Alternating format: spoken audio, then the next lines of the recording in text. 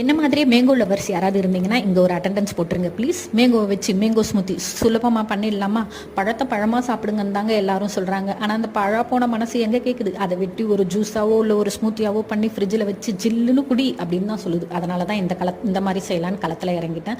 இது லேசாக கொஞ்சம் புளிப்பாக இருக்கிற மாம்பழம். ஸோ இதை கட் பண்ணி ஒரு மிக்சர் ஜாருக்கு மாற்றிட்டு தேவையான அளவுக்கு சக்கரை போட்டு நல்லா ஃபைன் பேஸ்ட்டாக அரைச்சி எடுத்துட்டிங்கன்னா ஸ்மூத்தி ரெடி. அவ்வளோதான், இதில் வேறு வேலையே இல்லை.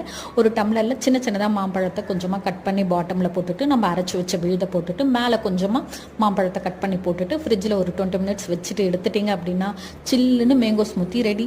இது மேங்கோ ஐஸ்கிரீம் சாப்பிட்ற ஃபீல் இருக்கும். கண்டிப்பாக ட்ரை பண்ணி பார்க்கலாம். புளிப்பாக இருக்கிற மாம்பழத்தில் இந்த மாதிரி ட்ரை பண்ணுங்கள். பழமாக நல்லா தித்திப்பாக இருக்கிறத அப்படியே கடிச்சு சாப்பிட்ருங்க. அப்போ தான் நல்லாயிருக்கும்.